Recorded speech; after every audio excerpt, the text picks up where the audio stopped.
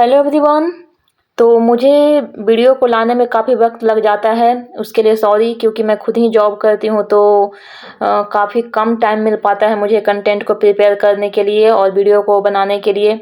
तो इसलिए आप थोड़ा कोऑपरेट करें और पेशेंस के साथ मेरे साथ बने रहें। लेकिन मैं जो भी यहाँ पे कंटेंट प्रोवाइड करती हूँ वो एसएससी के, आप किसी भी एग्ज़ाम्स का प्रिपरेशन कर रहे हैं तो वो सभी एग्ज़ाम्स के लिए इम्पॉर्टेंट होता है इक्वली।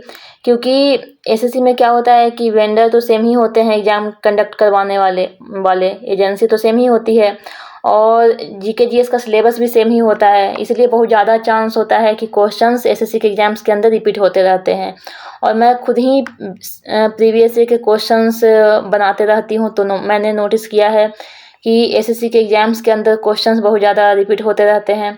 तो इसीलिए आप अगर एसएससी के किसी भी एग्ज़ाम्स का तैयारी कर रहे हैं तो आप इक्वली सारे वीडियो को ध्यान से देखें, क्योंकि सारे में जीके जीएस के मैंने जितने भी कंटेंट प्रोवाइड किए हैं एक्स्ट्रा फैक्ट के साथ, वो आप लोगों के लिए आगे आने वाले एग्ज़ाम्स के लिए काफ़ी इंपॉर्टेंट होंगे। तो सबसे पहले इस चैनल पर जो नए हैं वो चैनल को सब्सक्राइब कर लें, ताकि आप लोगों को प्रीवियस ईयर के जीके जीएस के क्वेश्चंस विद एक्स्ट्रा फैक्ट्स उसका वीडियो मिलता रहेगा। और इसके साथ साथ बेल आइकन को भी प्रेस कर ले, ताकि जब भी मैं वीडियो अपलोड करूं तो उसका नोटिफिकेशन आप लोगों के पास जाता रहेगा। और इसके पीडीएफ के लिए डिस्क्रिप्शन में दिए गए टेलीग्राम चैनल के लिंक को जरूर ज्वाइन करें, वहाँ से आप पीडीएफ को रिवाइज कर पाएंगे। और इसीलिए मैं टाइम देकर पीडीएफ को भी प्रिपेयर करती हूँ प्रॉपर ढंग से, ताकि आप वहाँ से आसानी से रिविज़न कर पाएँ। और वीडियो को देखने के बाद वीडियो को लाइक ज़रूर करें और कमेंट सेक्शन में अपना रिव्यू ज़रूर लिखें। तो चलिए वीडियो को शुरू करते हैं। तो आज मैं एसएससी स्टेनो 2024 के जो एग्ज़ाम्स हुए थे उसका 10 दिसंबर का सेकंड शिफ्ट के जीके जीएस के क्वेश्चन को करवाऊंगी विद एक्स्ट्रा फैक्ट्स। और ये पार्ट 1 होगा, क्योंकि स्टेनो के एग्ज़ाम्स में भी एक सेट में कितने क्वेश्चंस होते हैं, 50 क्वेश्चंस होते हैं। तो एक ही वीडियो में 50 क्वेश्चंस को करवाने पे वीडियो काफ़ी लंबी हो जाती, तो इसका मैं पार्ट 1 और पार्ट 2 करके लाऊंगी। तो यहाँ पे मैं 25 क्वेश्चंस को डिस्कस करूंगी।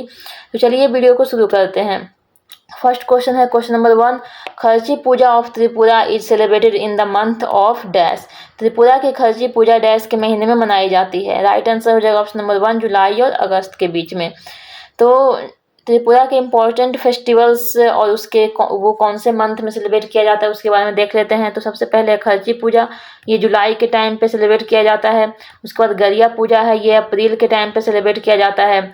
और ये किसके द्वारा सेलिब्रेट किया जाता है? त्रिपुरी और कैक बोरोक स्पीकिंग कम्युनिटीज़ के द्वारा सेलिब्रेट किया जाता है। उसके बाद है पिलाक फेस्टिवल, ये सेलिब्रेट किया जाता है फरवरी मार्च के टाइम पे।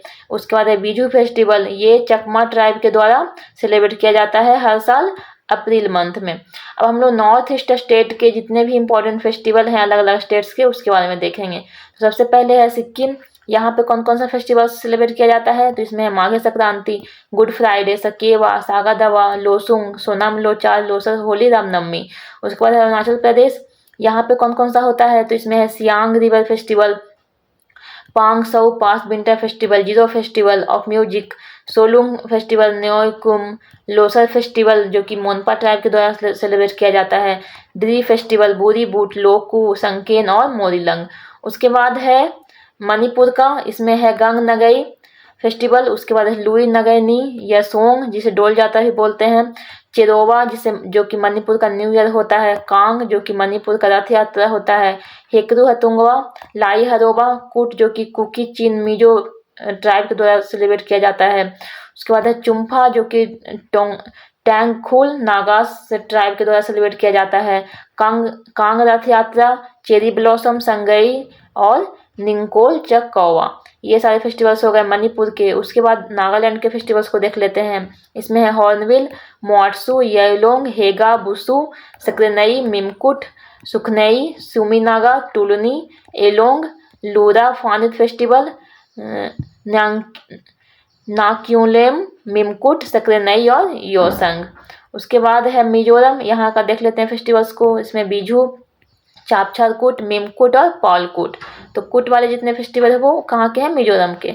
उसके बाद है मेघालय, यहाँ से कौन कौन सा फेस्टिवल है? इसमें है साज सुक मिनसिम, नोंगक्रेम फेस्टिवल, भेदियानकलम फेस्टिवल और सात सुकरा, बांग्ला फेस्टिवल और स्ट्रॉबेरी फेस्टिवल। ये सारे मेघालय के फेस्टिवल हैं। उसके बाद है त्रिपुरा, इसमें देख लेते हैं इसमें कौन कौन सा है। खर्ची पूजा है, पिलाक फेस्टिवल है, अशोकाष्टमी फेस्टिवल है, गरिया पूजा है। नेक्स्ट क्वेश्चन है question number 2। Cotton is used in making clothes in this example, cotton is which type of goods. तो इसमें पूछा जा रहा है कि कॉटन जो है किस टाइप का गुड्स में आता है। कपास का उपयोग कपड़े बनाने में किया जाता है। इस उदाहरण में कपास किस प्रकार की वस्तुएं हैं। तो राइट आंसर हो जाएगा ऑप्शन नंबर 2, इंटरमीडिएट गुड्स। अब हम लोग जितने भी तरह के गुड्स हैं उसके बारे में देख लेते हैं। तो सबसे पहले कैपिटल गुड्स, ये कैसा गुड्स होता है। तो ऐसा वैसे गुड्स जो कि बिजनेसेस में यूज किए जाते हैं दूसरे प्रोडक्ट को प्रोड्यूस करने के लिए, दूसरे गुड्स और सर्विसेज को प्रोड्यूस करने के लिए, उसे कहते हैं कैपिटल गुड्स। जैसे कि इसमें समझ सकते हैं कि वैसे गुड्स जो कि डायरेक्टली क्या होते हैं, कैपिटल को जनरेट करने के लिए यानी इनकम को जनरेट करने के लिए यूज किए जाते हैं, उसे कहते हैं कैपिटल गुड्स।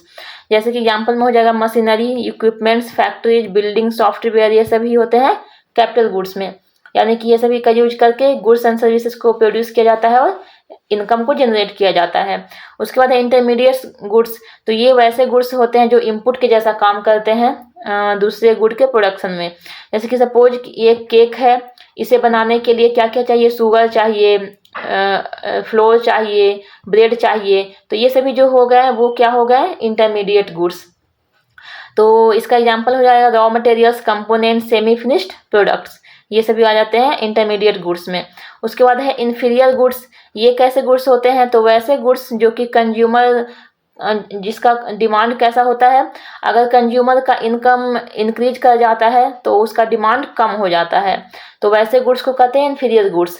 जैसे कि सपोज कि अभी एक मैंगोज का प्राइस पर केजी 50 रुपीज़ है और एक मैंगोज का प्राइस 100 रुपीज़ पर केजी है। लेकिन और जब तो पहले अगर आपका इनकम 200 है पर मंथ, तो आप क्या करोगे, 50 रुपीज़ वाले खरीदोगे। लेकिन अगर आपका इनकम 1000 पर मंथ हो गया तो आप क्या करोगे, 100 पर केजी वाले मैंगो को खरीदोगे। तो इस तरह से क्या होता है कि कंज्यूमर का जब इनकम इंक्रीज करता है तो जो गुड्स तो उसका क्या होता है कि क्या करते हैं कि वो महंगे वस्तुओं को खरीदने की इच्छा रखते हैं। तो वैसे गुड्स जिसका डिमांड कम हो जाता है, इनकम अगर कंज्यूमर का इनकम इंक्रीज होता है तो वैसे गुड्स को कहते हैं इन्फीरियर गुड्स। इसमें एग्जांपल्स में क्या क्या आता है, तो जेनरिक ब्रांड्स है, लोअर क्वालिटी क्लॉथिंग है, सर्टेन टाइप्स ऑफ फूड्स हैं। तो जनरली आप देखते होंगे जिनका इनकम कम होता है वो लोअर क्वालिटी क्लॉथ्स को यूज करते हैं और जिनका इनकम ज़्यादा होता है वो ब्रांडेड पहनते हैं। तो इस तरह से क्या होता है, ये सारे होते हैं इन्फीरियर गुड्स। जिसका इनकम अगर इंक्रीज करने पे डिमांड कम हो जाए वैसे गुड्स को कहते हैं इन्फीरियर गुड्स। उसके बाद है गिफन गुड्स, GIF गुड्स। तो इसमें क्या होता है कि वैसा गुड्स जिसका डिमांड होता है वो इंक्रीज ही रहता है, इवन उसका प्राइस इंक्रीज भी करता है फिर भी।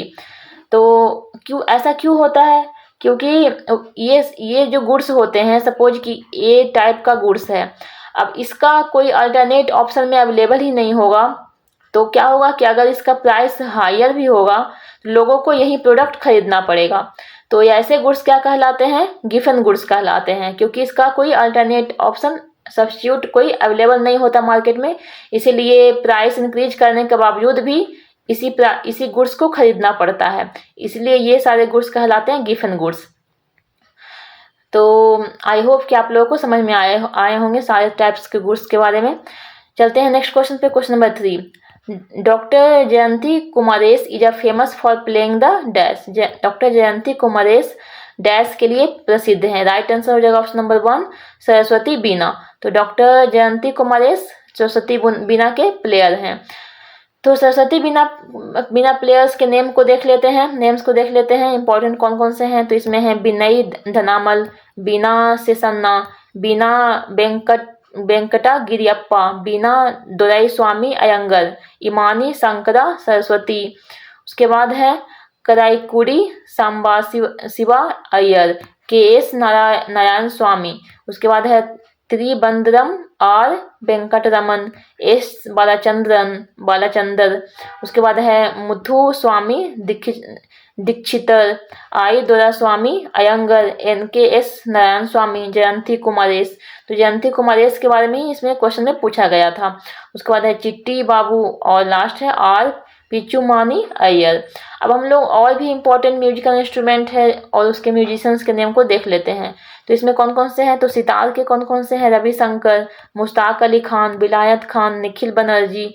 सरोद के हैं हाफिज खान, अमजद अली खान, अली अकबर खान, अलाउद्दीन खान। संतूर के हैं शिव कुमार शर्मा। उसके बाद फ्लूट के हैं N रमनी, हरिप्रसाद चौरसिया, TR महालिंगम, पन्नालाल घोष। उसके बाद शहनाई का है, शहनाई के हैं बिस्मिल्ला खान। आगे है तबला के कौन कौन से हैं, तो अल्लाह रखा है, जाकिर हुसैन, पंडित शामता प्रसाद, लतीफ़ खान, गुड्डई महाराज, कुमार बोस। और लास्ट सारंगी के कौन है, उस्ताद बिंदा खान। तो ये सारे इम्पोर्टेंट म्यूजिशियंस थे जो अलग अलग इंस्ट्रूमेंट को, म्यूजिकल इंस्ट्रूमेंट को बजाते हैं। नेक्स्ट क्वेश्चन है question number 4, dash are amoeboid amoeba like movement with pseudopodia that can squeeze out through capillary walls। Dash amoeboid amoeba जैसे गति स्यूडोपोडिया के साथ हैं जो कोशिका दीवारों के माध्यम से निचोड़ा जा सकता है। Right answer option number 3 white blood cells. तो amoeba like structure, amoeba like movement किसका होता है, व्हाइट ब्लड सेल्स का होता है। अब हम लोग जितने भी टाइप्स के ह्यूमन बॉडी में सेल्स हैं उसके बारे में देखेंगे, उसके स्ट्रक्चर कैसा होता है, उसका फंक्शंस क्या होता है। सबसे पहले ब्लड सेल में कौन कौन से अलग अलग सेल्स पाए जाते हैं उसके बारे में देखेंगे। ब्लड में कौन कौन से सेल पाए जाते हैं उसके बारे में देखेंगे। सबसे पहले है रेड ब्लड सेल्स, इसे इथ्रोसाइट भी बोलते हैं।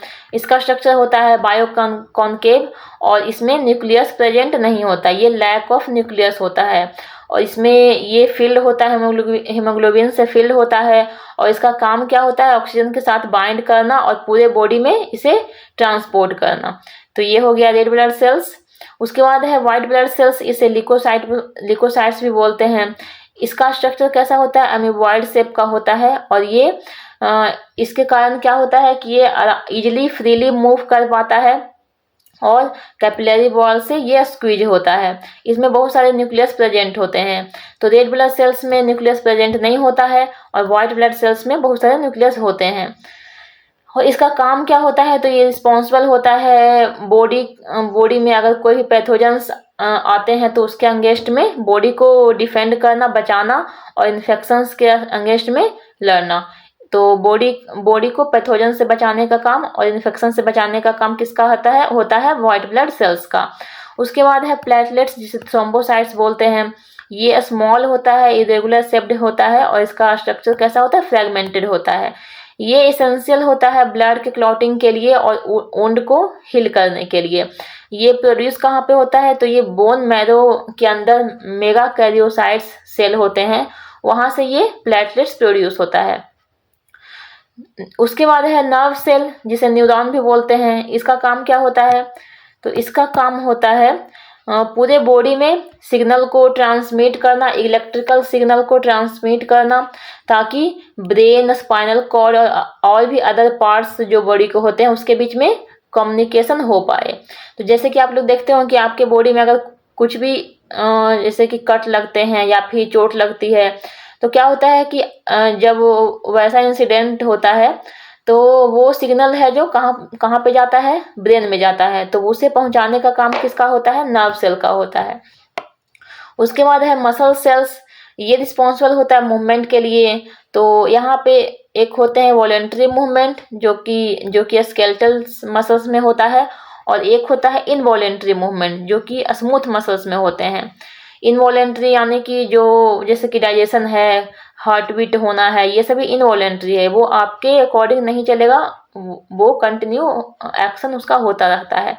लेकिन जो मूवमेंट है स्केलेटल का वो क्या होता है कि ह्यूमन बॉडी के अंडर में होता है। आप अगर चाहेंगे तो चलेंगे, नहीं चाहेंगे तो नहीं चलेंगे। तो ये होता है वॉलेंट्री मूवमेंट। तो ये सारे तरह के जो मूवमेंट का काम होता है उसमें हेल्प कौन करता है, मसल सेल्स। उसके बाद है स्टेम सेल्स। तो स्टेम सेल्स कैसा होता है, ये अनडिफरेंशिएटेड होता है और ये डेवलप होता है बहुत सारे अलग अलग सेल टाइप से डेवलप होता है। जैसे कि अब इसका काम क्या होता है कि ये किसी भी टिश्यू को रिपेयर करने का काम करता है। जैसे कि लीवर सेल है, तो लीवर में अगर डैमेज हो गया, वो डैमेज किसी तरह से हो गया तो क्या होगा कि अगर लीवर हाफ बचा है तो वो क्या करेगा कि वो रिपेयर होकर भी ये कंप्लीट बन जाएगा। तो इस तरह से स्टेम सेल्स जहाँ जहाँ पे होते हैं वहाँ पे टिश्यू है जो इजीली रिपेयर कर जाता है और होल ऑर्गन का फॉर्मेशन हो जाता है इस तरह से। उसके बाद है स्किन सेल्स। स्किन सेल्स का काम क्या होता है, ये आउटर लेयर होता है बॉडी का, ये प्रोटेक्ट करता है इन्वायरमेंट से और टेम्परेचर को रेगुलेट करता है। उसके बाद है बोन सेल्स, ये रिस्पॉन्सिबल होता है बोन ग्रोथ के लिए और मेंटेनेंस के लिए। फैट सेल्स का काम होता है फैट को एनर्जी की तरह स्टोर करके रखना। उसके बाद सेक्स सेल्स में होते हैं स्पर्म्स जिसे स्पर्मेटोजोआ बोलते हैं और एग सेल्स जिसे ओवा बोलते हैं। ये सभी होते हैं सेक्स सेल्स के अंदर और ये इन्वॉल्व होते हैं रिप्रोडक्शन के लिए। उसके बाद एक ऑप्शन में दिया गया था गार्ड सेल्स। ये गार्ड सेल्स जो है वो किसका पार्ट है, प्लांट का पार्ट होता है। और ये जो गार्ड सेल है वो स्टोमाटा जो होता है उसके चारों तरफ ये फैला होता है, सराउंडेड होता है। और ये रिस्पॉन्सिबल होता है किसके लिए, तो गैस एक्सचेंज को रेगुलेट करने के लिए रिस्पॉन्सिबल होता है। और ये किडनी शेप्ड का होता है और इसका फंक्शन क्या होता है, प्लांट का ट्रांसपीरेशन करना। और ट्रांसपीरेशन क्या होता है, तो प्लांट के बॉडी से यानी लीव्स से स्टेम्स से जो वाटर का इवोपोरेशन होता है उसे कहते हैं ट्रांसपीरेशन। नेक्स्ट क्वेश्चन है question number 5। According to the census of India 2011, which state has the highest number of slum population? Bharat की जनगणना 2011 के अनुसार किस राज्य में झुग्गी आबादी की संख्या सबसे अधिक है? Right answer option number 4 Maharashtra में। तो स्लम सबसे ज़्यादा कहाँ पे है, महाराष्ट्र में है 2011 सेंसस के अकॉर्डिंग। तो यहाँ पे 2011 के सेंसस के अकॉर्डिंग देख लेते हैं कि अर्बन पॉपुलेशन में हाईएस्ट कौन है, तो इसमें महाराष्ट्र है। लोएस्ट कौन है, सिक्किम है। रूरल पॉपुलेशन में हाईएस्ट कौन है, उत्तर प्रदेश। और लोएस्ट कौन है, सिक्किम। और स्लम पॉपुलेशन में हाईएस्ट कौन है, महाराष्ट्र है। और लोएस्ट कौन है, अरुणाचल प्रदेश। नेक्स्ट क्वेश्चन है question number 6। The Malabar coast is located in which of the following states of India? Malabar तट भारत के निम्नलिखित राज्यों में से किस में स्थित है? राइट आंसर हो जाएगा ऑप्शन नंबर 3 केरला का।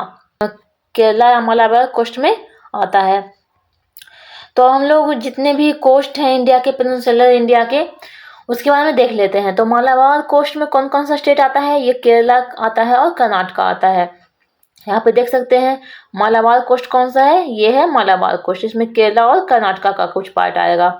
उसके बाद कोंकण कोस्ट में कौन कौन सा आएगा, महाराष्ट्र आएगा, कर्नाटका आएगा और गोवा आएगा। तो ये कोंकण का पार्ट है, इसमें महाराष्ट्र, गोवा और कर्नाटका आएगा। उसके बाद है कोरोमंडल का कोस्ट, इसमें कौन कौन सा स्टेट आते हैं, इसमें तमिलनाडु है और आंध्र प्रदेश है। चलते हैं नेक्स्ट क्वेश्चन पे, question number 7। The Begampuri mosque was built during the reign of which of the following rulers of the Delhi सल्तनत?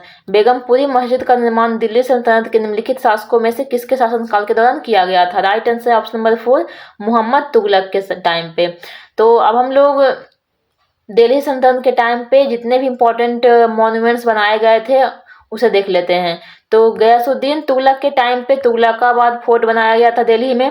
मुहम्मद तुगलक के टाइम पे बेगमपुरी मॉस्क दिल्ली में बनाया गया था और रॉयल रेसिडेंस ऑफ जहांपनाह बनाया गया था दिल्ली में। और अलाउद्दीन खिलजी का टॉम और मदरसा बनाया गया था दिल्ली में। उसके बाद है फिरोज शाह तुगलक, इसके टाइम पे फिरोज शाह कोटला बनाया गया था दिल्ली में। अब हम लोग और भी दिल्ली सल्तनत के इम्पोर्टेंट रूलर्स के टाइम पे कौन कौन से मॉन्यूमेंट्स बनाए गए हैं उसके बारे में देखेंगे। इसमें है कुतुब उल इस्लाम मॉस्क दिल्ली में, जो कि बनाया गया कुतुबुद्दीन ऐबक के द्वारा। उसके बाद है कुतुब मीनार, जो कि दिल्ली में है, ये बनाया गया था, स्टार्ट किया गया था कुतुबुद्दीन ऐबक के द्वारा और इसे फिनिश किया गया था इल्तुतमिश के द्वारा। उसके बाद है अलई दरवाजा, जो कि दिल्ली में, इसे बनाया गया था अलाउद्दीन खिलजी के द्वारा। हौज घास कॉम्प्लेक्स, जो कि दिल्ली में है, वो बनाया गया था अलाउद्दीन खिलजी के द्वारा।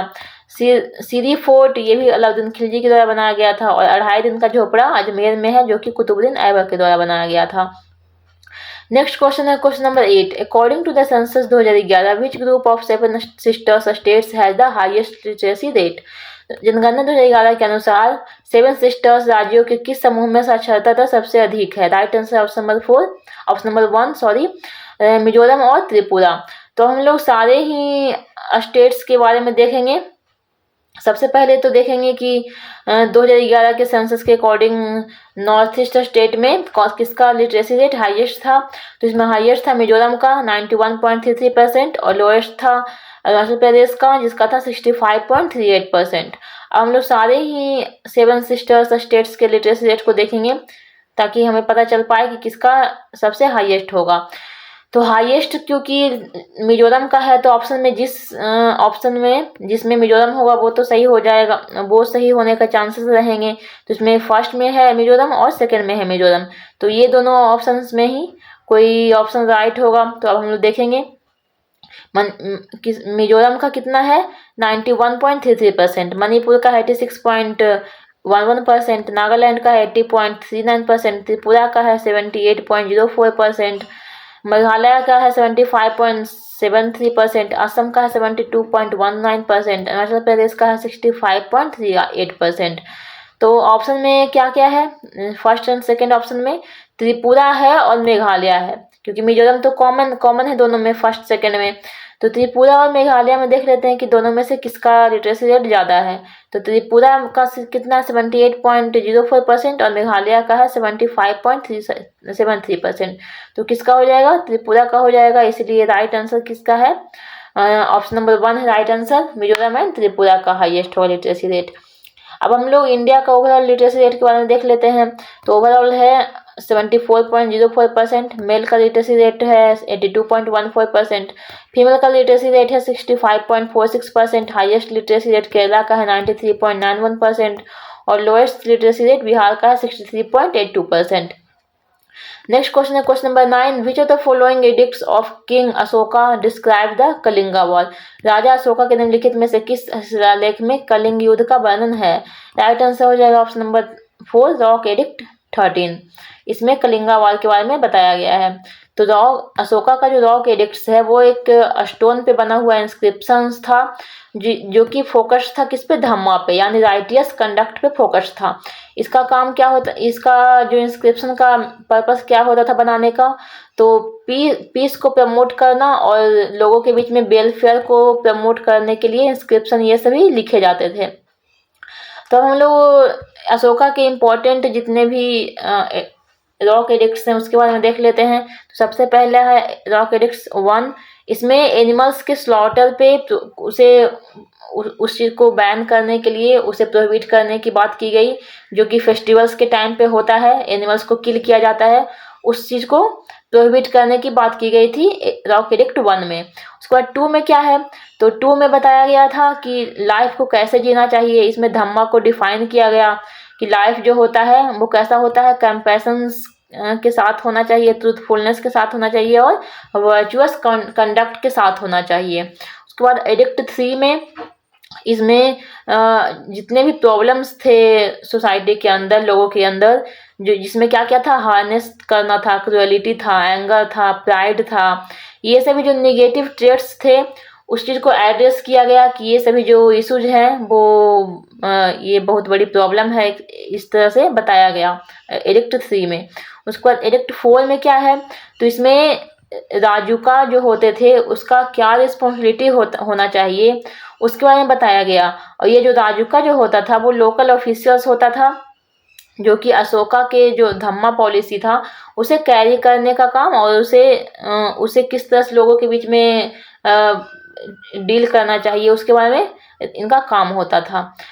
उसके बाद है एडिक्ट 5। इसमें क्या था, तो इसमें एनिमल्स और बर्ड्स का लिस्ट बनाया गया जिसे बिल्कुल किल नहीं किया जाना चाहिए, उसके बारे में लिस्ट बनाया गया। और इसमें अशोका ने 25 प्रिजनर्स को बाहर निकाला था, उसके बारे में भी बताया गया। उसके बाद है एडिक्ट 6। इसमें धम्मा का पॉलिसी स्टेट के अंदर क्या होना चाहिए उससे आउटलाइन किया गया और पीपल के वेलफेयर पे जोड़ दिया गया, उसे एम्फसाइज किया गया। उसके बाद है एडिक्ट 7। इसमें अशोका का एफर्ट क्या था धम्मा को फुलफिल करने के लिए, उसके बारे में हाईलाइट किया गया। उसके बाद एडिक्ट 8 है। इसमें अशोका ने बोध गया जब विजिट किया था बोधि ट्री के पास, उसके बारे में मेंशन किया गया है। एडिक्ट 9 में क्या है, तो इसमें मोरल कंडक्ट क्या होना चाहिए उसके बारे में बताया गया है, उसके इम्पोर्टेंस को। और उसमें बताया गया है कि एक्सपेंसिव सेरेमनी उसे अवॉइड करना चाहिए और सिंपल लिविंग को इस चीज़ को बढ़ावा देना चाहिए, सिंपल लिविंग को। उसके बाद है एडिक्ट 10, इसमें क्रिटिसाइज किया गया है जिन भी लोगों में फेम और ग्लोरी का डिजायर होता है उसे क्रिटिसाइज किया गया है और इम्फेसाइज किया गया किस चीज़ पे, तो ट्रू ग्रेटनेस जो होता है वो वर्चुअस कंडक्ट में ही होता है, उसके बारे में इम्फेसाइज किया गया है। यानी सिंपल लिविंग पे फोर्स डाला गया है और फेम और ग्लोरी को क्रिटिसाइज किया गया है। उसके बाद है एडिक्ट 11, इसमें धम्मा को एलेबोरेट किया गया है। एडिक्ट जो ये है 12 है, उसमें बताया गया है कि इसमें डायरेक्टेड इसमें अलग अलग जो रिलीजन होते हैं उसे उसे क्या किया गया है कि उसे किस तरह से एक जैसा माना जाना चाहिए, मतलब सारे रिलीजन को उसे उसका रिस्पेक्ट होना चाहिए, इसके बारे में बताया गया है। उसका एडिक्ट 13 है, उसमें अशोका ने किस तरह से कलिंगा वार के बाद में वो अपने लाइफ को किस तरह से टर्न किया उसके बारे में बताया है। और लास्ट है एडिक्ट 14, इसमें रॉक एडिक्ट्स लिखने का पर्पस क्या था अशोका का उसके बारे में बताया गया। चलते हैं नेक्स्ट क्वेश्चन पर, question number 10। Ragam Mala is an autobiography of who among the following musicians. राग माला निम्नलिखित संगीतकारों में से किसकी आत्मकथा है। Right answer option number 2 Ravishankar का। तो हम लोग जितने भी इम्पोर्टेंट म्यूजिशियन हैं उनके बारे में ऑटोबायोग्राफी को देखेंगे। सबसे पहले है रविशंकर का। तो रविशंकर का लिखा गया था पहला ऑटोबायोग्राफी लिखा गया था 1968 में, माई म्यूजिक माई लाइफ। और दूसरा लिखा गया रागमाला 1997 में। उसके बाद बिस्मिल्लाह खान का है Bismillah Khan the shehnai maestro. MS Subbulakshmi, इनका है MS Subbulakshmi the queen of song. Pandit Bhimsen Joshi का है a life in 3 octaves. Hariprasad Chaurasia का है अनस्पूलिंग मेमोरीज, यानी कि the sound and music of my life. Amjad Ali Khan का है मास्टर ऑन मास्टर्स। उसके बाद है फिल्म इंडस्ट्री के म्यूजिशियन के बारे में देख लेते हैं, सिंगर के बारे में। तो A.R. रहमान का है A.R. Rahman the musical storm. और किशोर कुमार का है Kishore Kumar the ultimate biography by Anirudha Bhattacharjee और पार्थिव धर। तो किशोर कुमार का जो ऑटोग्राफी है वो लिखा गया किसके द्वारा, अनुरुद्ध भट्टाचार्य और पार्थिव धर के द्वारा लिखा गया था। नेक्स्ट क्वेश्चन है question number 11। With reference to the city administration of Mauryan empire consider the following statements. तो फर्स्ट स्टेटमेंट दिया गया है Megasthenes put light on the Mauryan city administration. Second statement है the city council was divided into 6 committees. और third है C number में statement दिया गया है city administration was well planned. तो इसमें से पूछ रहा है कि कौन सा स्टेटमेंट करेक्ट है। तो इसमें जो A B C है तीनों ही करेक्ट है। तो देख लेते हैं तीनों किस तरह से करेक्ट है। तो मेगास्थनीज जो कि एक ग्रीक एम्बेसडर, डिप्लोमेट, हिस्टोरियन और एक्सप्लोरर थे, उन्हें सेंड किया गया था किसके द्वारा, सेल्यूकस निकेटर के द्वारा भेजा गया था। किनके टाइम पे, मौर्यन एम्परर चंद्रगुप्त मौर्य के टाइम पे मेगास्थनीज को भेजा गया था सेल्यूकस निकेटर के द्वारा। इन्होंने मेगास्थनीज ने एक बुक लिखा था, बुक इंडिका, जिसमें कि उन्होंने बताया था मौर्यन एम्पायर के बारे में और उनके कल्चर के बारे में। तो फर्स्ट स्टेटमेंट तो राइट हो जाएगा क्योंकि इसमें बताया गया कि Megasthenes put light on the Mauryan city administration. तो ये सही हो जाएगा। मेगास्थनीज ने अपने बुक में मौर्यन कल्चर के बारे में और सभी चीज़ों के बारे में अपने बुक में बताया था। उसके बाद है मेगास्थनीज के अकॉर्डिंग जो पाटलिपुत्र सिटी था उसका एडमिनिस्ट्रेशन था वो मैनेज किया जाता था एक काउंसिल के द्वारा, जो कि 6 कमिटीज में डिवाइडेड था। और हर कमेटी में 5 मेंबर्स होते थे। और जो कमेटी जो होता था उसका काम क्या होता था, सिटी के लाइफ को लोग किस तरह से जी रहे हैं उस चीज़ को देखने का काम होता था कमेटीज का। और जो सिटी काउंसिल जो था वो सिटी काउंसिल जो था मौर्यन एम्पायर का वो बिल्कुल वेल प्लान था और ऑर्गेनाइज्ड था। तो इस तरह से जो सेकेंड में है स्टेटमेंट, इसमें है city council was divided into 6 committees, ये भी सही हो जाएगा। और हर कमिटीज में 5 मेंबर्स होते थे और सी नंबर में स्टेटमेंट है city administration was well plan, ये भी करेक्ट हो जाएगा। नेक्स्ट क्वेश्चन है question number 12। Dash is a game between two teams each equally having 6 players who wear skates and compete on an ice rink. Dash दो टीमों के बीच एक खेल है, प्रत्येक में आमतौर पर 6 खिलाड़ी होते हैं जो स्केट्स पहनते हैं और एक बर्फ रिंग पर प्रतिस्पर्धा करते हैं। राइट आंसर हो जाएगा ऑप्शन नंबर 1 आइस हॉकी। तो इसमें अब डायरेक्टली इसमें आइस के बारे में बात की गई है तो आइस वाले ही आंसर होंगे, तो ऑप्शन नंबर 1 होता या फिर 2 होता। तो इसमें 1 और 2 में क्या हो सकता है कि 2 में तो क्या है आइस स्केटिंग है, स्केटिंग यानी सिंगल लोग जो करते हैं अपने फुट में व्हील्स लगाकर जो स्केटिंग करते हैं वो तो सिंगल लोग करते हैं, तो इसलिए ये तो नहीं होगा। यहाँ पे बोला गया कि 2 टीम होता है और दोनों टीम में 6 प्लेयर्स होते हैं, इसलिए इसमें ऑप्शन नंबर 1 ही होता कन्फर्म, जिसमें और आइस हॉकी है। नेक्स्ट क्वेश्चन है question number 13। To study the buildings and structure of the Harappa civilization, a teacher should take his students on a field trip to which of the following states of India? Harappa सभ्यता की इमारतों और संरचनाओं का अध्ययन करने के लिए एक शिक्षक को अपने छात्रों को भारत के निम्नलिखित राज्यों में से किस क्षेत्र की यात्रा पर ले जानी चाहिए? तो राइट आंसर हो जाएगा option number 4 Gujarat and Rajasthan में। बाकी जो रिमेनिंग स्टेट है वहाँ पे हड़प्पा सिविलाइजेशन का कुछ भी प्रूफ नहीं मिला है, इसलिए वो सभी स्टेट्स नहीं होंगे। सिर्फ ऑप्शन नंबर जो 4 है गुजरात राजस्थान, वहीं पे हड़प्पा सिविलाइजेशन का प्रूफ मिला है, इसलिए वहाँ लेकर जाना चाहिए स्टूडेंट्स को। तो हम लोग हड़प्पा सिविलाइजेशन का जितने भी साइट्स हैं उसके बारे में देख लेते हैं, वो कौन से स्टेट में है और कौन से कंट्री में है। सबसे पहले हड़प्पा ये पंजाब में है, इसका कंट्री है पाकिस्तान। मोहनजोदारो ये सिंध में है, ये भी पाकिस्तान में है। लोथल गुजरात में है इंडिया में। कलिबंगन राजस्थान में है इंडिया में। धोलावीरा गुजरात में है इंडिया में। राखिनगढ़ी हरियाणा में है इंडिया में। उसके बाद है बानावली, ये हरियाणा में है इंडिया में। सुरकोतरा ये गुजरात में है इंडिया में। रोपड़ पंजाब में है इंडिया में। चहुंदारो सिंध में है पाकिस्तान में। उसके बाद है आलमगीरपुर, ये उत्तर प्रदेश में है इंडिया में। दियामाबाद महाराष्ट्र में है इंडिया में। मांडा जम्मू कश्मीर में है इंडिया में। सुतका जेंडोर बलूचिस्तान में है पाकिस्तान में और मेहारगढ़ जो है बलूचिस्तान पाकिस्तान में है। तो इस तरह से ऑप्शन में जो गुजरात राजस्थान में है वो राइट आंसर हो जाएगा। नेक्स्ट क्वेश्चन है क्वेश्चन नंबर 14।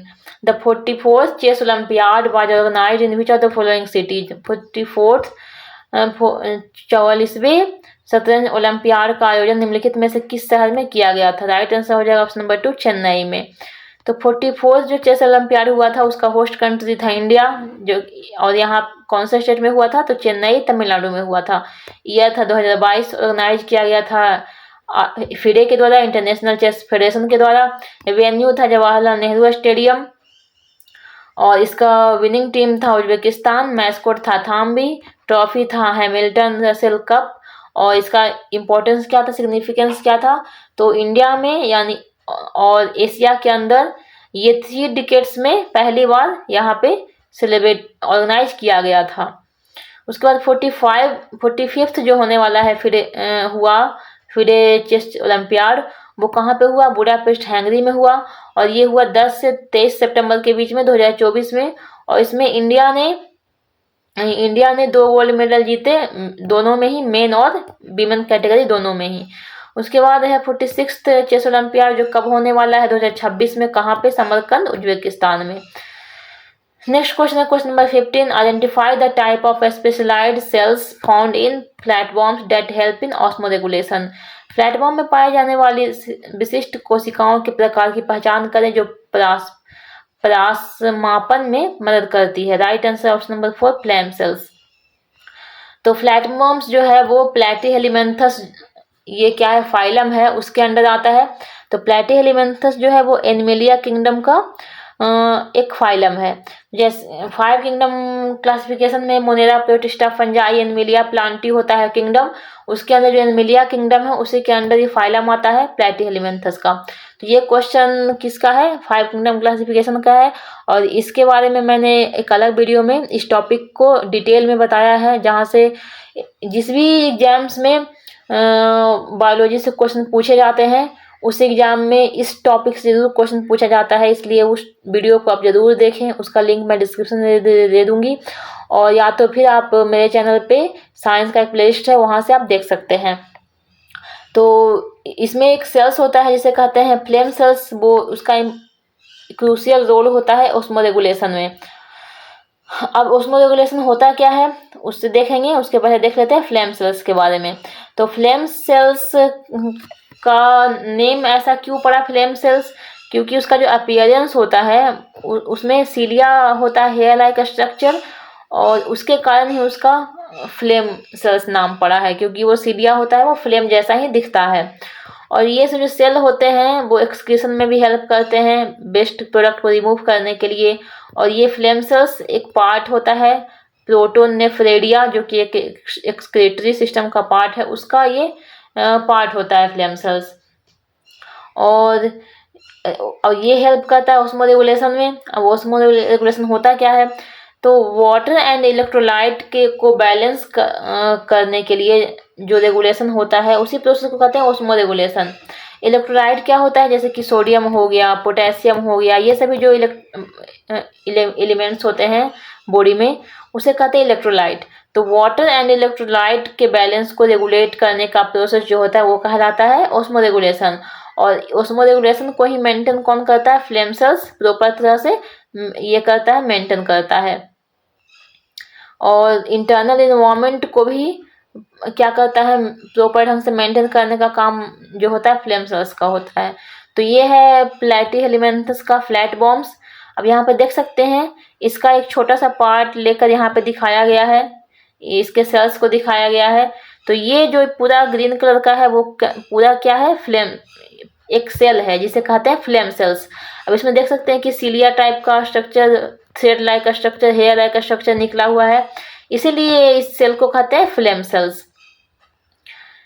नेक्स्ट क्वेश्चन है क्वेश्चन नंबर 16।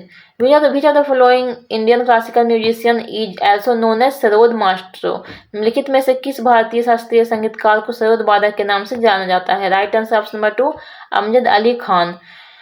तो हम लोग इम्पोर्टेंट म्यूजिशियंस और उनके म्यूजिकल इंस्ट्रूमेंट्स के नेम को देखेंगे। ये मैंने पहले भी एक क्वेश्चन में देखा है। तो इसमें सितार में है रविशंकर, मुश्ताक अली खान, विलायत खान, निखिल बनर्जी।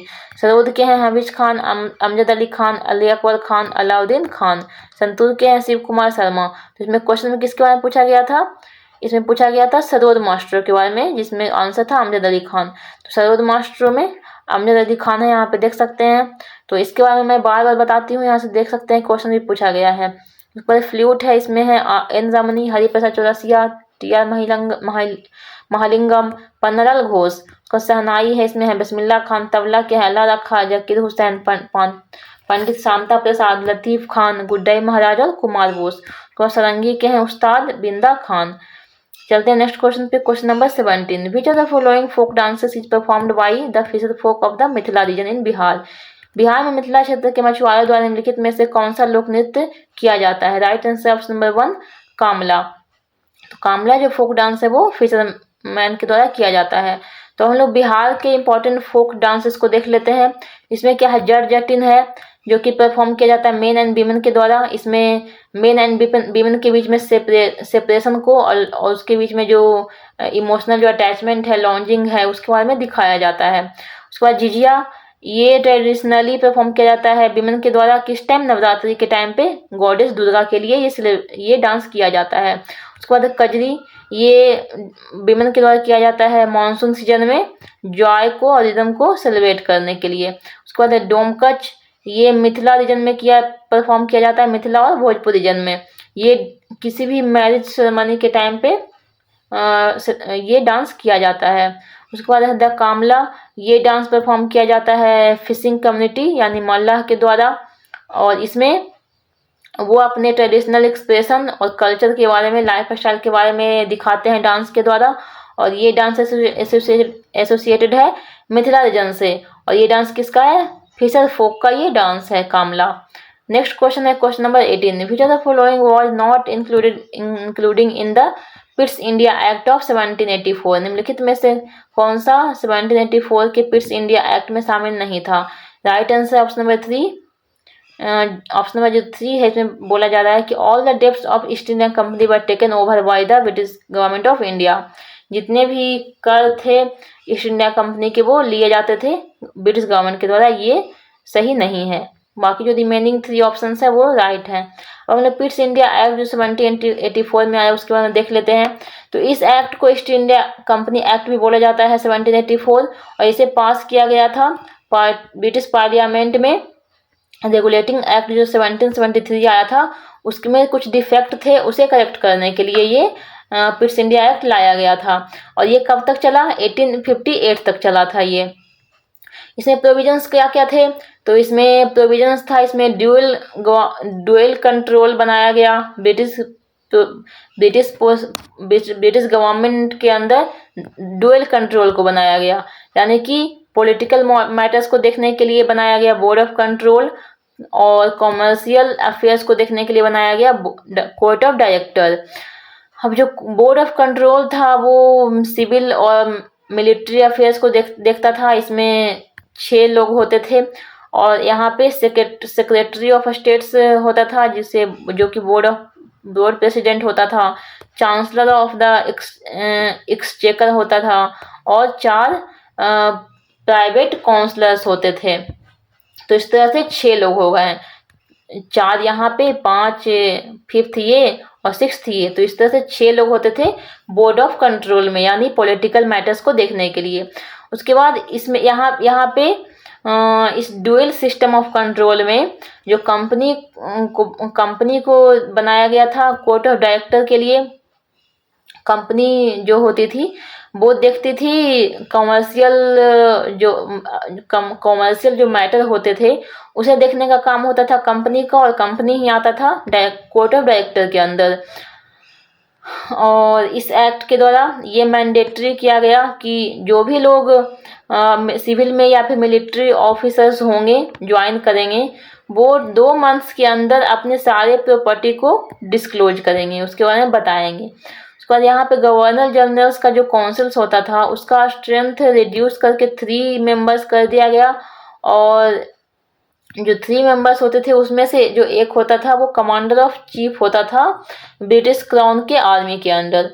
उसके बाद है जो प्रेसिडेंसी था मद्रास और बॉम्बे, वो सबऑर्डिनेट बनकर रह गया बंगाल प्रेसिडेंसी के अंडर में।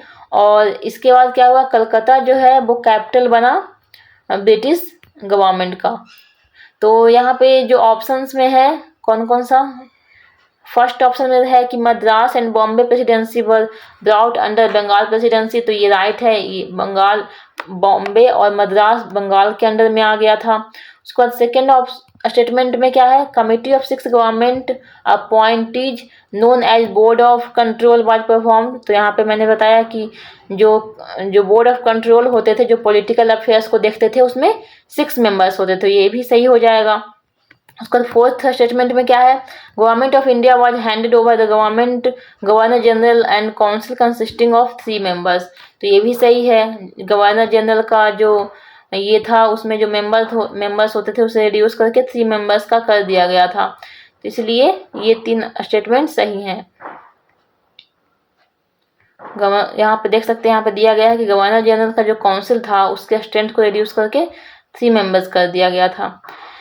नेक्स्ट क्वेश्चन है question number 19, where was the first headquarter of the theosophical society established in India.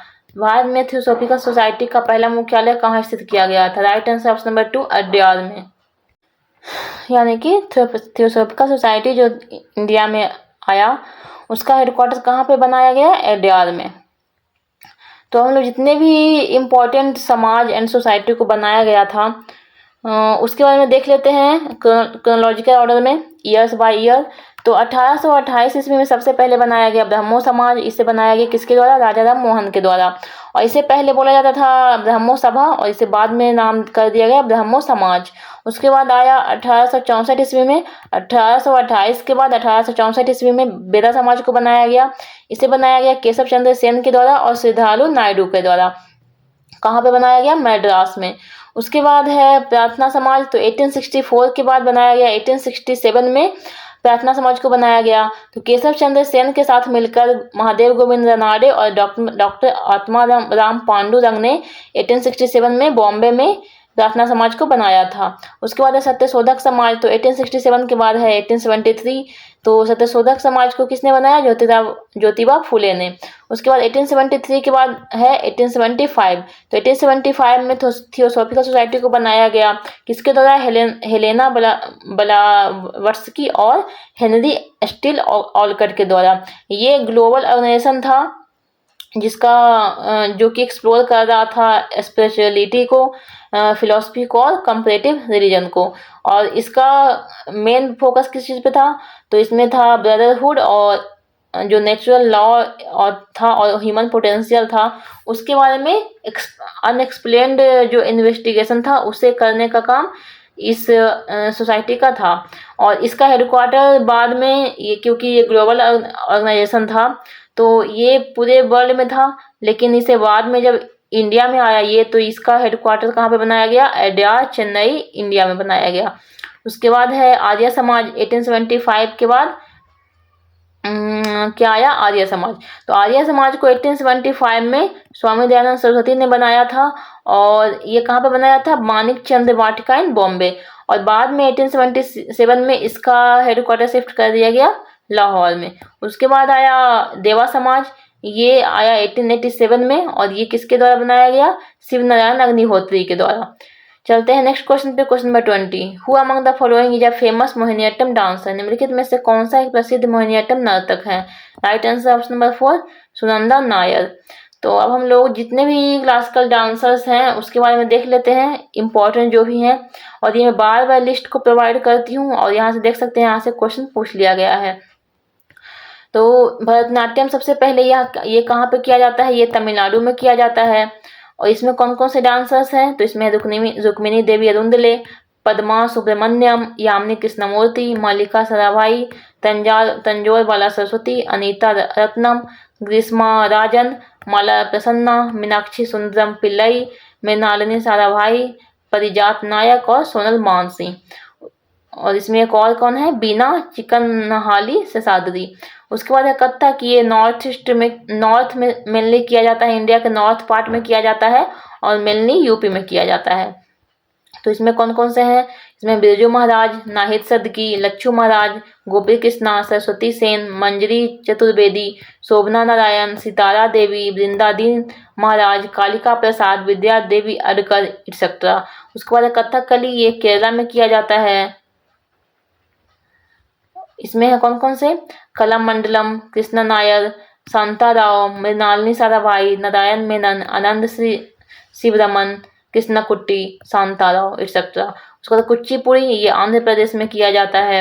इसमें है मल्लिका साराभाई, राधा रेड्डी, पद्मजा रेड्डी, शोभा नायडू, यामिनी कृष्णमूर्ति, माधवी मुडगलू एक्सेट्रा। उसके बाद है मणिपुरी, ये मणिपुर में किया जाता है। इसमें है गुरु बिपिन सिंह, दर्शना झवेरी सिस्टर, देवजनी चलिहा और आमला शंकर। उसका मोहिनीअट्टम है, ये भी केरला में किया जाता है। इसके हैं कौन कौन से? कलामंडलम कल्याणी कुट्टी, शोभना सुनंदा नायर, कलामंडलम राधिका थनकमानी, कलामंडलम हिमावती एक्सेट्रा। ओडिसी, ये उड़ीसा में किया जाता है। इसके हैं माधवी मुडगल, केलुचरण मोहपात्रा, सुरेंद्र नाथ जेना। उसके बाद है शोभना सहाजनन और मीनाती मिश्रा और सोनल मानसी। उसके बाद है सतरिया, ये असम में किया जाता है। इसमें कौन कौन से डांसर्स हैं? तो इसमें है Jatin Goswami, Indira P P Bora, Ghanakanta Bora, Sarodi Saikia, Pushpa Bhuyan, Premananda Bhakhyan. Next question है question number 21। Which are the following statements is correct regarding to the climate of the Indian subcontinent?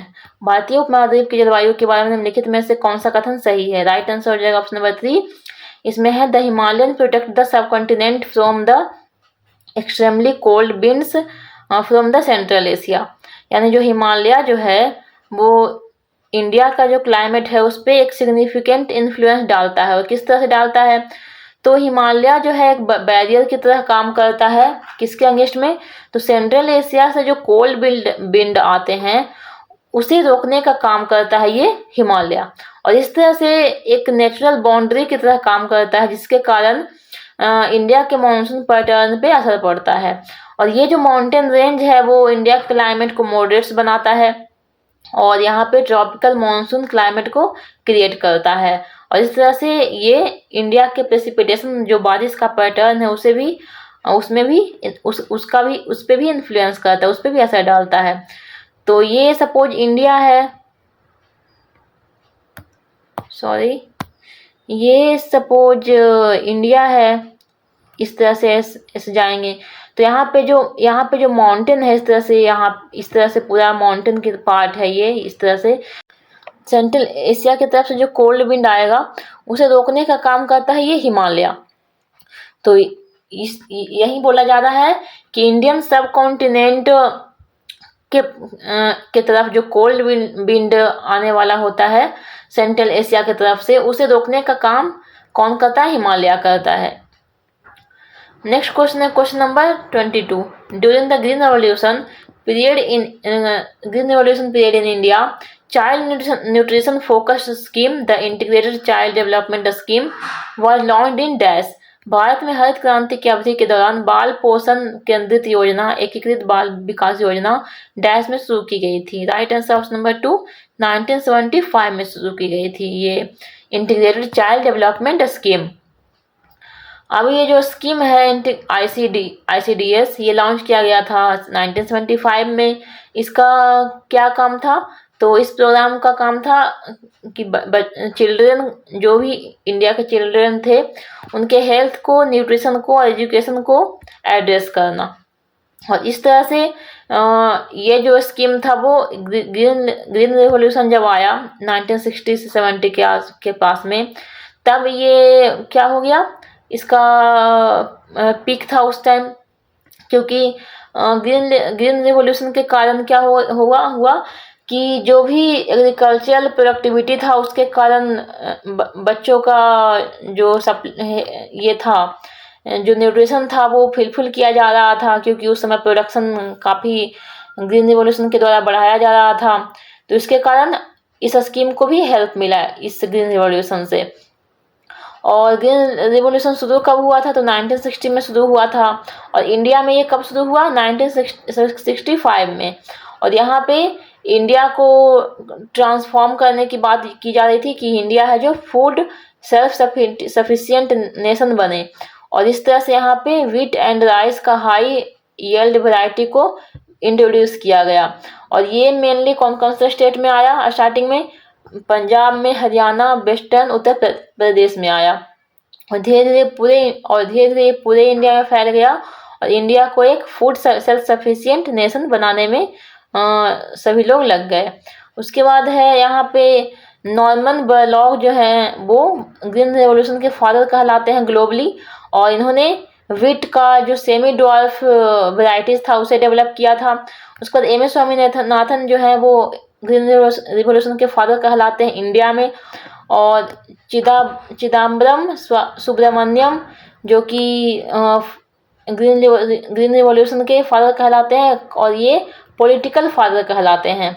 और ये ग्रीन रिवोल्यूशन के टाइम पे एग्रीकल्चरल मिनिस्टर थे, और इसीलिए इन्हें पॉलिटिकल फादर कहा जाता है ग्रीन रिवोल्यूशन का। नेक्स्ट क्वेश्चन है question number 23। Which article of the Indian constitution gives equality before the law. भारतीय संविधान का कौन सा अनुच्छेद कानून के समक्ष समानता देता है? राइट आंसर हो जाएगा ऑप्शन नंबर 3, आर्टिकल 14। तो मैं जब भी आर्टिकल से रिलेटेड जो क्वेश्चन पूछे जाते हैं उसमें मैं हर बार 49 आर्टिकल्स को प्रोवाइड करती हूँ, क्योंकि मैंने जितने भी आर्टिकल्स हैं कॉन्स्टिट्यूशन के अंदर उसमें से मैंने 49 आर्टिकल्स को सेपरेट किया है, क्योंकि यहाँ से क्वेश्चन ज़्यादा पूछे जाते हैं, बार बार रिपीट होते हैं। सबसे पहला है आर्टिकल 1, ये है नेम, इसमें है name and territory of the union. 2 में आर्टिकल नंबर 3 है, इसमें है formation of new states and alteration of areas, boundaries और names of existing states. Article number 14 है इक्वलिटी बिफोर द लॉ। उसके बाद आर्टिकल नंबर 16 है equality of opportunity in the matters of public employment. Article number 17 है evolution of untouchability. Article number 19 है protection of certain rights regarding freedom of speech etcetera. Article number 21 है protection of life and personal liberty. Article number 21A है right to elementary education. Article number 25 है freedom of conscience and freedom profession practice and propagation of religion. Article number 30 है right of minorities to establish and administer educational institutions। उसके बाद है article number 32 remedies for enforcement of fundamental rights including writs. Article number 40 organisation of village panchayat. Article number 44 uniform civil code for citizens. Article number 45 provision for early childhood care and education to children below the age of 6 years। Article number 50 है separation of judiciary from the executive. Article number 51 है fundamental duties. Article number 72 है powers of president to grant pardon suspend remit और commute sentences in certain case. Article number 74 है council of ministers and to aid and advise the president. उसके बाद है article number 76 attorney general of India. Article number 110 definition of money bills. Article number 112 annual financial statement जिसे budget बोला जाता है। Article number 123 इसमें है power of president to promulgate ordinances during recess of parliament. Article number 148 controller and auditor general of India. Article number 155 appointment of the governor. Article number 161 power of governor to grant pardons etc. and to suspend, remit or commute sentences in certain cases। Article number 163 Council of Ministers to aid and revise the governor। Article 165 Advocate General of States। Article 169 abolition of all creation of legislative councils in the states। Article number 170 composition of legislative assemblies in the states। Article 178 speakers and deputy speaker of the legislative assembly। Article 213 power of governor to promulgate ordinances during recess of the state legislature। Article 214 high courts for the states। Article 217 appointment and the conditions of the office of the judge of high court। Article number 226 power of high court to issue certain writs। Article number 243b constitution of panchayats। Article number 243c composition of panchayats। तो article number 243 में है constitution of panchayat और article number 243 में है composition of panchayat. इस बात पे ध्यान देना है। Article number 243 powers authority and responsibility of the panchayat. Article number 243 के elections to the panchayat. Article number 280 finance commission. Article number 300A persons not to be deprived of property save by authority of law right to property। Article number 315 Public Service Commission for the Union and for the States। Article number 320 Functions of Public Service Commissions। Article number 324 Superintendence, Direction and Control of Elections to be vested in an Election Commission। Article number 330 Reservation of the seats for scheduled castes and scheduled tribe in the House of the People। Article number 352 proclamation of emergency जिसे national emergency बोलते हैं। उसके बाद article number 356 इसमें है presidents rule जिसमें constitutional emergency आता है यानी स्टेट के अंदर जो कॉन्स्टिट्यूशन का फेलियर होता है उसमें प्रेसिडेंट्स रूल लाया जाता है, वो होता है 356 में। उसके बाद आर्टिकल 360 इसमें फाइनेंशियल इमरजेंसी है और लास्ट आर्टिकल नंबर 368 इसमें है power of parliament to amend the constitution यानी अमेंडमेंट का जो प्रोसेस है वो आर्टिकल नंबर 368 में है। तो ये टोटल सारे इंपॉर्टेंट आर्टिकल्स थे, इसे आप जरूर सारे आर्टिकल्स को याद रखें ध्यान से। नेक्स्ट क्वेश्चन है question number 24 Coulomb's law is applicable for dash. Coulomb's का नियम किसके लिए लागू होता है? Right answer option number 2 between 2 point charge. तो कुलम्स लॉ जो है एक लॉ है जो कि यूज किया जाता है कैलकुलेट करने के लिए अमाउंट ऑफ फोर्स को कैलकुलेट करने के लिए, यानी दो इलेक्ट्रिकली चार्ज पार्टिकल जो कि रेस्ट में होंगे उसके बीच में अमाउंट ऑफ फोर्स को कैलकुलेट करने के लिए कुलम्स लॉ का यूज किया जाता है। ये जो लॉ है ये बहुत पहले ही आ गया था लेकिन इसे पब्लिश किया गया था 1785 में। किसके द्वारा? चार्ल्स ऑगस्टिन डे कुलम के द्वारा। इसका जो मैग्नीट्यूड है वो किस तरह से निकाला जाता है? तो जो फोर्स F है वो दो point charge Q and Q1 के बीच में होता है और ये डायरेक्टली प्रोपोर्शनल होता है product of the magnitude of charge, यानी ये जो फोर्स है, यहाँ पे देख सकते हैं, यहाँ पे दिया गया है, यहाँ पे 2 चार्ज दिया गया है, ये दोनों पॉइंट चार्ज है, रेस्ट पे है दोनों Q1 Q2। तो इसके बीच में जो फोर्स होगा वो F होगा, ये डायरेक्टली प्रोपोर्शनल होगा दोनों के मैग्नीट्यूड के प्रोडक्ट के। तो ये प्रोपोर्शनल हो गया Q1 Q2, इसके प्रोडक्ट के प्रोपोर्शनल होगा। अब ये जो फोर्स होता है, आगे लिखा है कि ये जो फोर्स होता है इनवर्सली प्रोपोर्शनल होता है उसके बीच में जो डिस्टेंस होगा उसके स्क्वायर के, यानी जो ऐसे लिखेंगे F inversely proportional to 1/r², ये हो गया, इस तरह से लिखते हैं इनवर्सली प्रोपोर्शनल को। तो इस तरह से हो गया, F डायरेक्टली प्रोपोर्शनल है जो चार्ज है उसके मैग्नीट्यूड के प्रोडक्ट के, और फोर्स जो है इनवर्सली प्रोपोर्शनल है दोनों चार्ज के बीच में जो डिस्टेंस होगा उसके स्क्वायर के। तो अब दोनों को अगर एक साथ लिखेंगे तो किस तरह से लिखेंगे, इस तरह से लिखेंगे F इक्वल टू, अब प्रोपोर्शनलिटी है उसको हटाने के लिए कांस्टेंट K लगाना पड़ेगा, और इसके बाद फिर लिखेंगे Q1 इंटू Q2/r²। जो नीचे में जाता है वो इनवर्सली प्रोपोर्शनल होता है, जो ऊपर में होता है वो डायरेक्टली प्रोपोर्शनल होता है।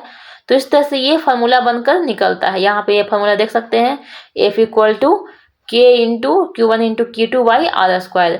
तो इसलिए इसका राइट आंसर हो जाएगा कि जो कूलम्ब्स लॉ है वो किसके लिए एप्लीकेबल है, तो 2 पॉइंट चार्ज के लिए एप्लीकेबल होता है। दोनों के बीच जो 2 पॉइंट चार्ज होते हैं उसके बीच में ही फोर्स निकाला जाता है, और उसी के लिए एप्लीकेबल होता है कूलम्ब्स लॉ। चलते हैं नेक्स्ट क्वेश्चन पे, question number 25। Who among the following is the author of the book The Inheritance of the Lost? निम्नलिखित में से कौन द इनहेरिटेंस ऑफ लॉस पुस्तक के लेखक हैं? Right answer option number 1 Kiran Desai. तो हम लोग अब देख लेते हैं कि अब ये जो क्वेश्चन जो है वो क्वेश्चन क्यों पूछा गया द इनहेरिटेंस ऑफ लॉस के बारे में, क्योंकि ये जो बुक है उसे 2006 में मैन बुकर प्राइज दिया गया था, इसलिए इस क्वेश्चन को पूछा गया। तो इसीलिए अब हम लोग जितने भी इंडिया के ऑथर हैं जिन्हें बुकर प्राइज दिया गया है उसके बारे में देख लेते हैं।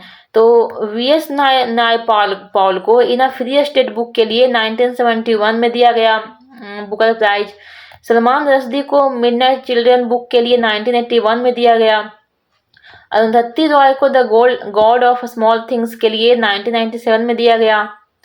किरण देसाई को द इनहेरिटेंस ऑफ लॉस के लिए 2006 में दिया गया, और अरविंद अडिगा को द व्हाइट टाइगर के लिए 2008 में दिया गया।